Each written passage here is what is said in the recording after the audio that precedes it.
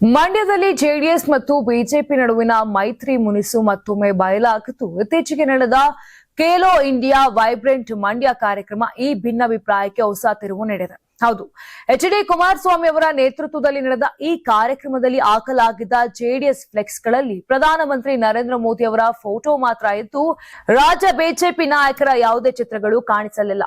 ಈ ನಡೆ ಮಂಡ್ಯದ ಸ್ಥಳೀಯ ಬಿಜೆಪಿ ನಾಯಕರಲ್ಲಿ ತೀವ್ರ ಅಸಮಾಧಾನಕ್ಕೆ ಕಾರಣವಾಗಿದೆ.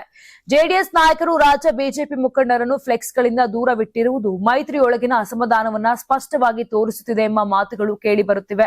ಇದರ ಪರಿಣಾಮವಾಗಿ ಮಂಡ್ಯದ ಬಿಜೆಪಿ ಮುಖಂಡರು ಸಹ ಜೆಡಿಎಸ್ ನಾಯಕರ ವಿರುದ್ಧ ಮುನಿಸು ವ್ಯಕ್ತಪಡಿಸಿದ್ದು, ಈ ಬೆಳವಣಿಗೆ ಮಂಡ್ಯ ಜಿಲ್ಲೆಯಲ್ಲಿ ಜೆಡಿಎಸ್ ಬಿಜೆಪಿ ಮೈತ್ರಿಯ ಭವಿಷ್ಯದ ಬಗ್ಗೆ ಹೊಸ ಪ್ರಶ್ನೆಗಳನ್ನ ಹುಟ್ಟುಹಾಕಿದೆ. ನೀವು ಸಣ್ಣ ಆಗ್ಬೇಕಲ್ವಾ? ಅದು ಒಂದು ಉತ್ತಮ ಆಹಾರದಿಂದ ಸಣ್ಣ ಆಗ್ಬೇಕಲ್ವಾ? ಪ್ರತಿದಿನ ನಮ್ಮ ಜೀನಿ ಸ್ಲಿಮ್ ನ ಯೂಸ್ ಮಾಡಿ ಯಾವುದೇ ಸೈಡ್ ಎಫೆಕ್ಟ್ ಇಲ್ದಂಗೆ ನೀವು ಸಣ್ಣ ಆಗ್ತೀರಾ.